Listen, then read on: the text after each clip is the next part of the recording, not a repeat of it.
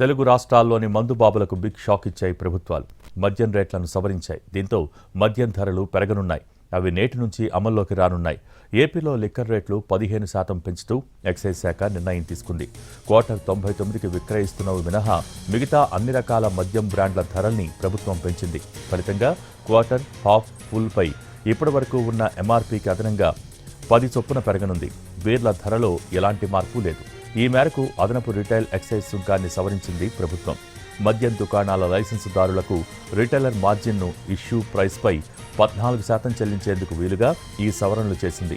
ఈ మేరకు నోటిఫికేషన్ జారీ చేస్తూ ఎక్సైజ్ శాఖ ఉత్తర్వులు జారీ చేసింది.